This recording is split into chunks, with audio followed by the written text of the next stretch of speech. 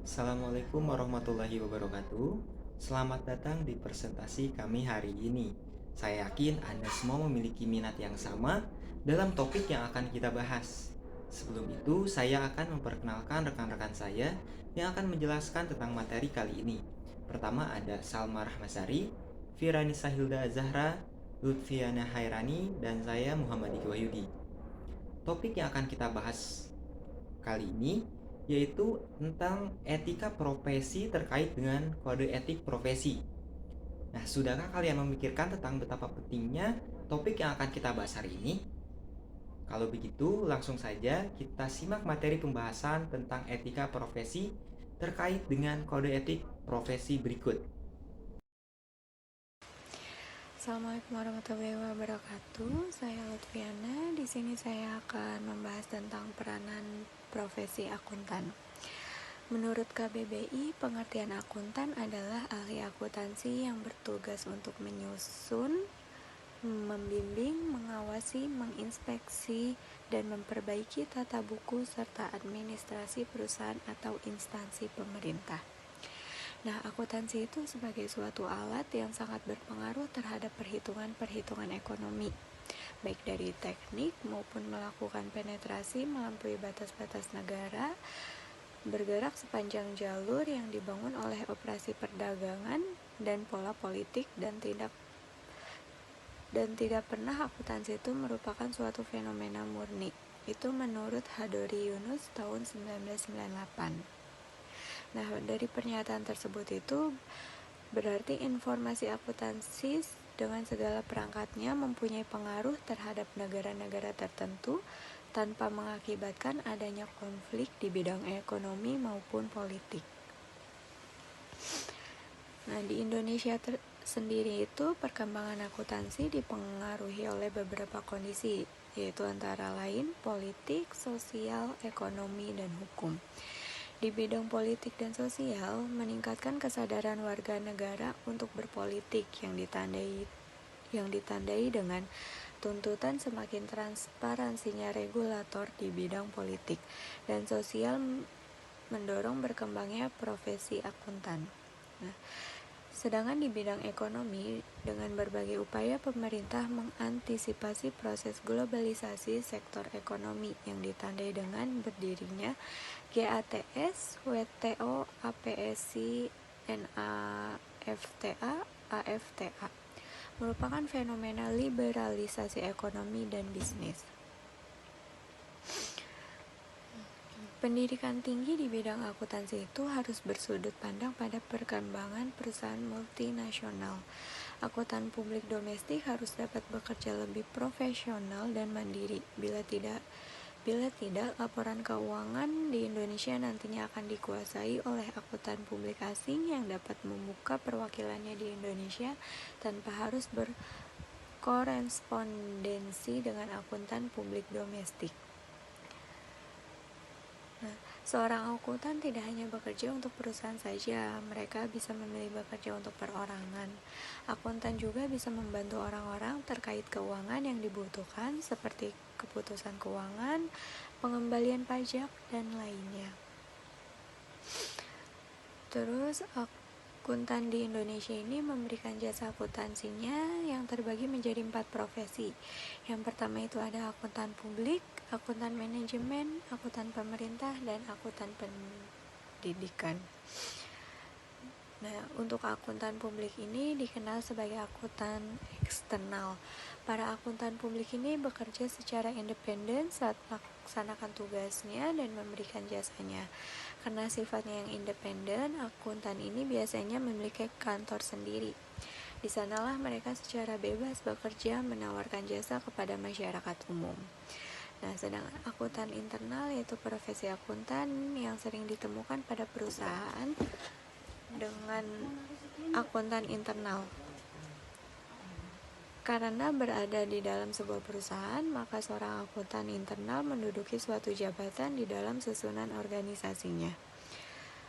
Yang ketiga itu ada akuntan syariah, yaitu profesi yang tergolong baru dan masih jarang ditemukan di Indonesia. Mereka biasanya bekerja di perusahaan yang menerapkan hukum syariat Islam di dalam pengelolaan keuangannya. Yang keempat itu ada akuntan pajak. Nah, beberapa perusahaan sekarang ini pembagian tugas akuntansinya disesuaikan dengan kebutuhan suatu perusahaan. Nah, salah satu subakuntan yang mulai diterapkan yaitu akuntan pajak.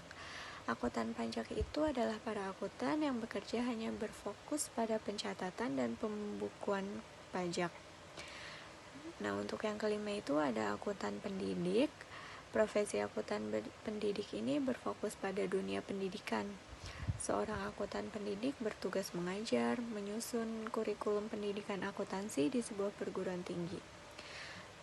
Nah, akuntan ini itu dituntut agar mampu melakukan penelitian dan pengembangan ilmu akuntansi, yang artinya akuntan pendidik adalah tenaga pengajar di institusi pendidikan yang bertugas mengembangkan pendidikan akuntansi.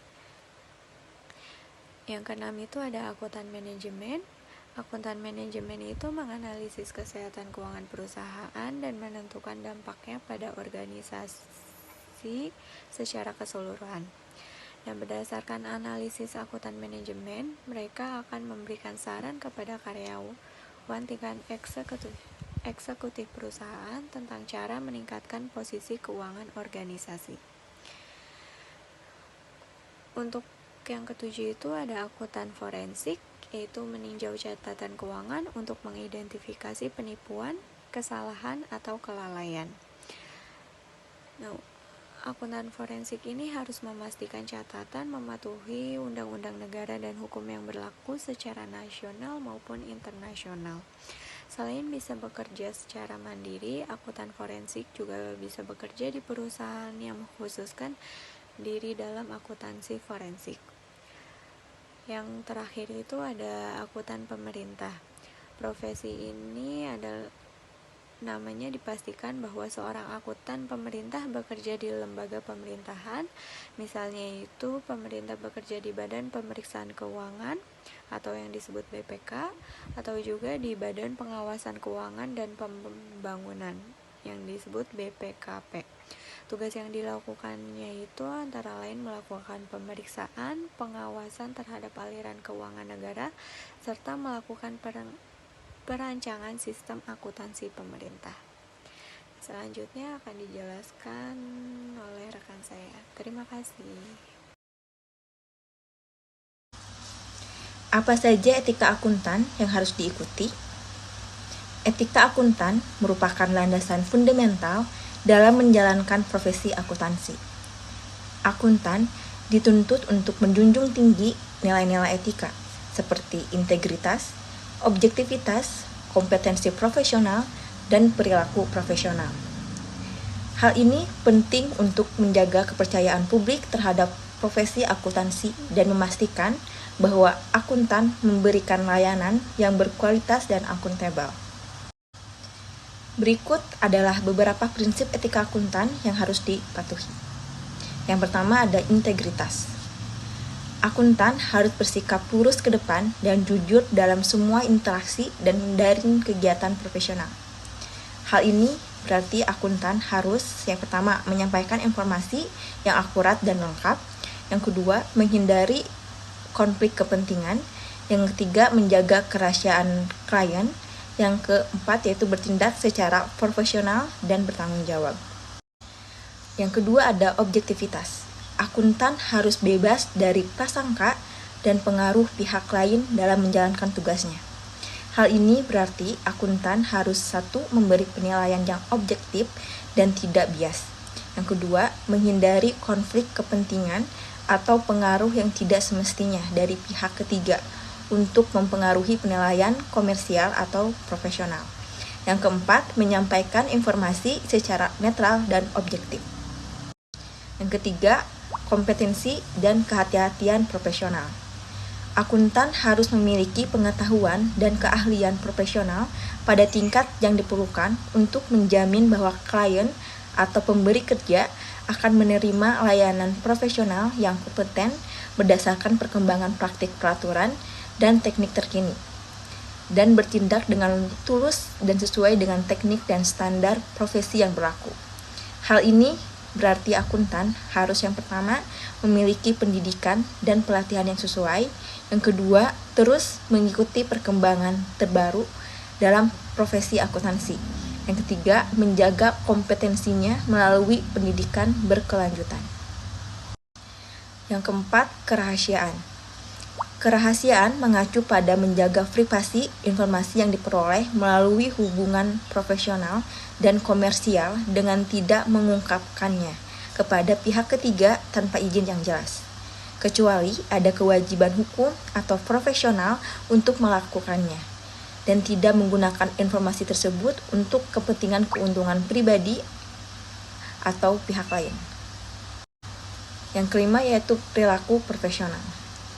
Ini mencakup untuk mematuhi semua peraturan perundang-undangan yang berlaku dan menahan diri dari segala tindakan yang dapat merusak kepercayaan publik terhadap profesi akuntan profesional. Akuntan harus bersikap profesional dalam semua interaksi dengan klien, kolega, dan pihak lain. Hal ini berarti akuntan harus yang pertama menghormati orang lain, kedua menjaga kerahasiaan informasi, yang ketiga menghindari perilaku yang tidak pantas, yang keempat menjaga reputasi profesi akuntansi. Selain prinsip-prinsip di atas, akuntan juga harus mematuhi kode etik profesi akuntansi yang ditetapkan oleh organisasi profesi akuntan. Kode etik ini memberikan panduan yang lebih rinci terhadap bagaimana akuntan harus berperilaku dalam berbagai situasi. Berikut ini adalah beberapa organisasi profesi akuntansi di Indonesia. Yang pertama ada Ikatan Akuntan Indonesia atau disingkat IAI. Kedua, Institut Akuntan Publik Indonesia disingkat IAPI. Yang ketiga ada Himpunan Akuntan Internal Indonesia yang disingkat HAII. Yang keempat ada Ikatan Akuntan Manajemen Indonesia yang disingkat IAMI. Akuntan yang melanggar etika profesi dapat dikenakan sanksi oleh organisasi profesi akuntan, termasuk teguran, denda, hingga pencabutan izin praktik. Memahami dan mematuhi etika akuntan sangat penting bagi semua akuntan. Hal ini akan membantu akuntan untuk menjaga kepercayaan publik, memberikan layanan yang berkualitas, dan berkontribusi pada pembangunan ekonomi yang berkelanjutan. Terima kasih.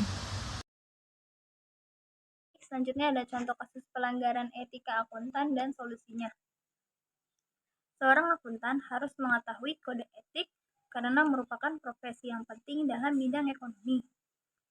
Kode etik akuntan digunakan sebagai panduan dalam melaksanakan tugas pokok dan fungsinya sesuai kompetensi yang dimiliki oleh akuntan, dalam rangka meningkatkan kualitas dalam pekerjaannya, sehingga bisa dipakai sebagai panduan dalam menentukan sikap dan bertingkah laku berlandaskan etika profesi. Dalam pelaporan korporat akuntan, harus mematuhi 5 prinsip dasar etika dalam menjalankan tugas dan tanggung jawabnya. Kode etik akuntan Indonesia telah disetujui oleh Ikatan Akuntan Indonesia atau IAI pada 18 November 2019 dan berlaku efektif pada Juli 2020. Berkembangnya teknologi saat ini, yang banyaknya persaingan justru semakin banyak terjadi pelanggaran etika profesi. Skandal yang melanggar kode etik menimbulkan masalah serius bagi standar etika profesi akuntan. Pelanggaran etika profesi masih banyak ditemukan di Indonesia, salah satunya yaitu PT Asuransi Jiwasraya yang melakukan rekayasa terhadap laporan keuangannya.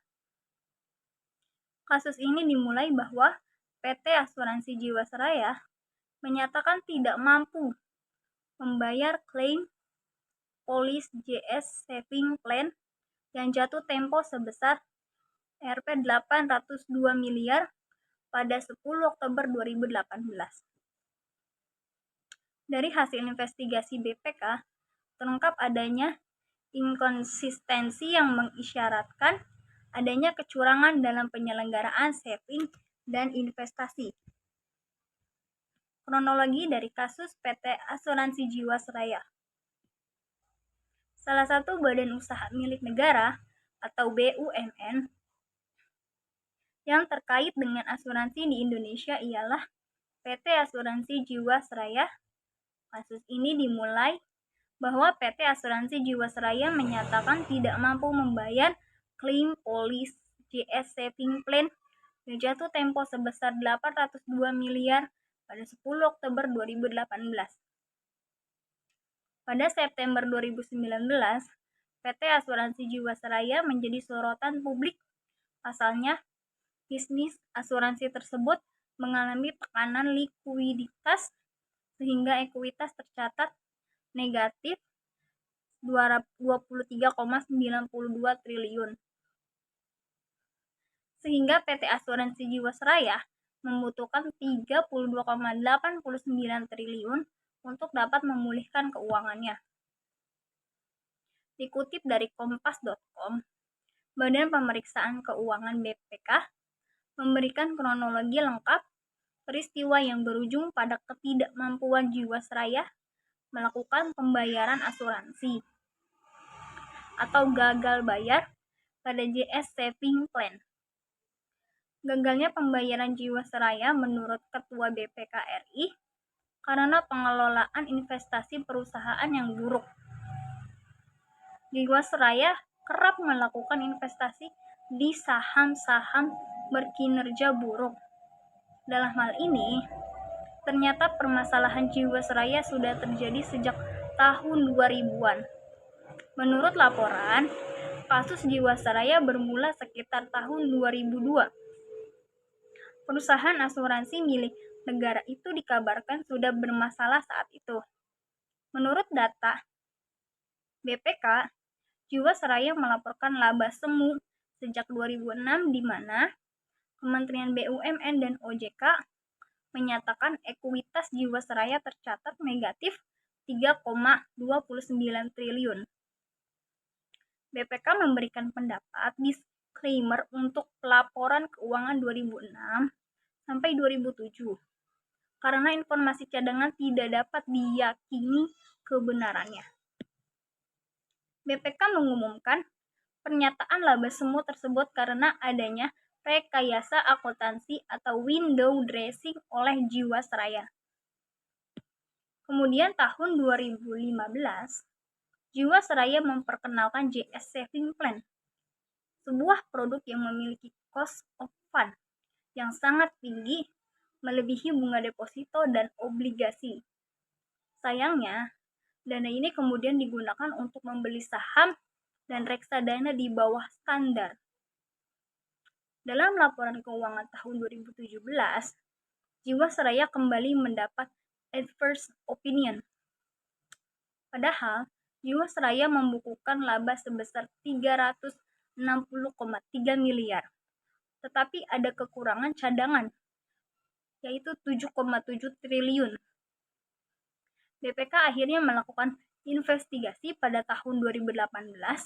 Dari hasil investigasi tersebut, terungkap adanya inkonsistensi yang mengisyaratkan adanya kecurangan dalam penyelenggaraan saving plan dan investigasi. Tahun 2019, Kementerian BUMN melaporkan indikasi kecurangan di Jiwasraya ke Kejaksaan Agung. Hal itu dilakukan setelah pemerintah melihat secara detail laporan keuangan yang dinilai tidak transparan. Selain Kejaksaan Agung, Kejaksaan Tinggi DKI Jakarta juga menaikkan status pemeriksaan dari penyidikan menjadi penyidikan pada kasus dugaan korupsi. Permasalahan kasus. Dari kronologi kasus tersebut, maka permasalahan kasusnya yaitu pertama, adanya manipulasi laporan keuangan, yaitu window dressing yang dilakukan oleh Jiwasraya. Yang kedua, adanya kegagalan Jiwasraya dalam membayar polis JS Saving Plan. Pelanggaran etik profesi masih banyak ditemukan di Indonesia. Salah satunya yaitu PT Asuransi Jiwasraya yang melakukan rekayasa terhadap laporan keuangannya. Kasus ini dimulai bahwa PT Asuransi Jiwasraya menyatakan tidak mampu membayar klaim polis JS Saving yang jatuh tempo sebesar 802 miliar pada Oktober 2018. Dari hasil investigasi BPK terungkap adanya inkonsistensi yang mengisyaratkan adanya kecurangan dalam pelanggaran saving plan dan investasi.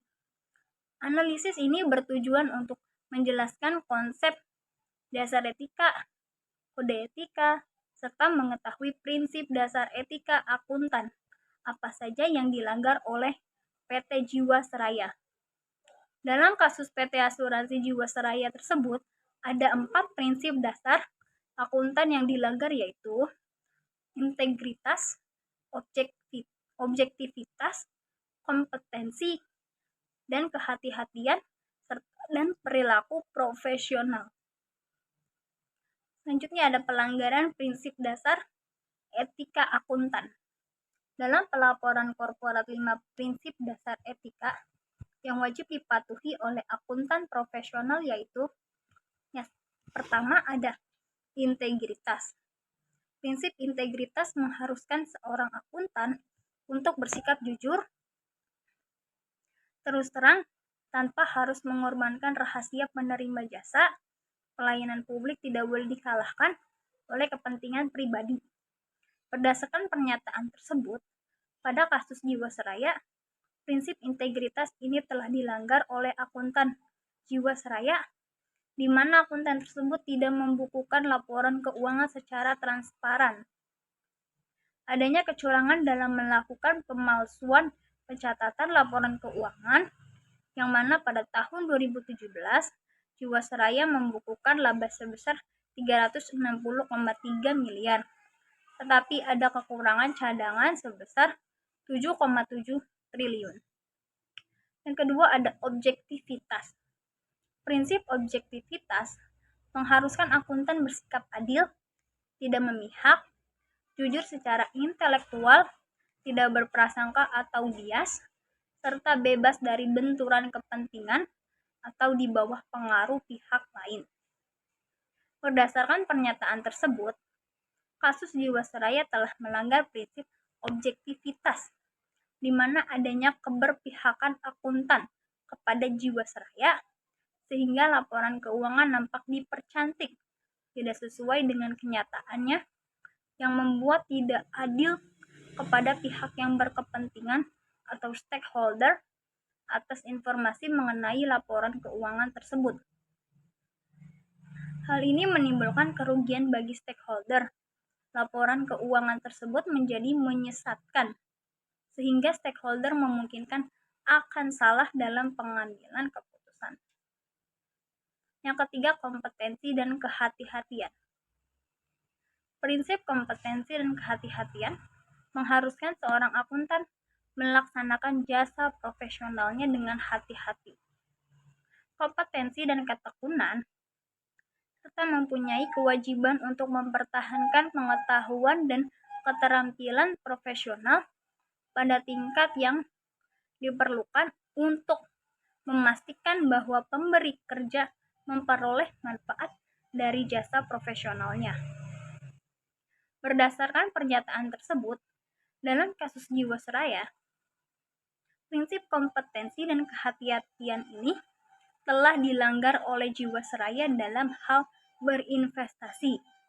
Jiwasraya melakukan investasi pada saham-saham berkinerja buruk yang membuat ketidakmampuan Jiwasraya untuk membayar polis JS Saving Plan kepada nasabah.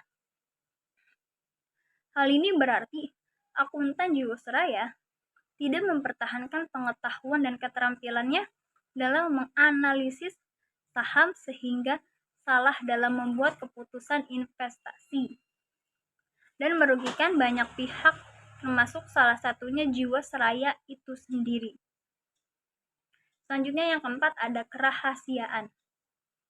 Prinsip kerahasiaan mengharuskan seorang akuntan menghormati kerahasiaan informasi yang diperoleh selama melakukan jasa profesional dan tidak boleh memakai atau mengungkapkan informasi tanpa persetujuan. Berdasarkan pernyataan tersebut, pada kasus Jiwasraya prinsip kerahasiaan ini tidak dilanggar oleh akuntan Jiwasraya, di mana akuntan tersebut telah menjaga kerahasiaan informasi dengan cara menutupi kecurangan pada laporan keuangannya. Seperti yang diketahui, dari kasus Jiwasraya ternyata permasalahan Jiwasraya sudah terjadi sejak tahun 2000-an, tetapi baru tahun 2019 mendapat banyak perhatian publik dan Kementerian BUMN melaporkan indikasi kecurangan di Jiwasraya ke Kejaksaan Agung. Hal tersebut berarti akuntan dari Jiwasraya telah menjaga kerahasiaannya atas kecurangan window dressing. Selanjutnya ada perilaku profesional. Prinsip perilaku profesional mengharuskan akuntan untuk berperilaku yang konsisten dengan reputasi profesi yang baik dan menjauhi tindakan yang dapat menghancurkan reputasi akuntan, serta berkewajiban untuk bertanggung jawab kepada penerima jasa, pihak ketiga, anggota lain, staf, pemberi kerja, dan masyarakat umum. Berdasarkan pernyataan tersebut, dalam hal ini, akuntan dari Jiwasraya telah melanggar prinsip ini karena telah melakukan tindak manipulasi laporan keuangan. Hal tersebut merupakan tindakan yang dapat mendiskreditkan profesi akuntan, yang dapat menimbulkan ketidakpercayaan masyarakat umum kepada profesi akuntan karena telah membuat laporan keuangan yang menyesatkan. Selanjutnya ada solusi. Ada beberapa solusi yang dapat dilakukan, yaitu yang pertama, privatisasi, yaitu penjualan perusahaan negara kepada sektor swasta.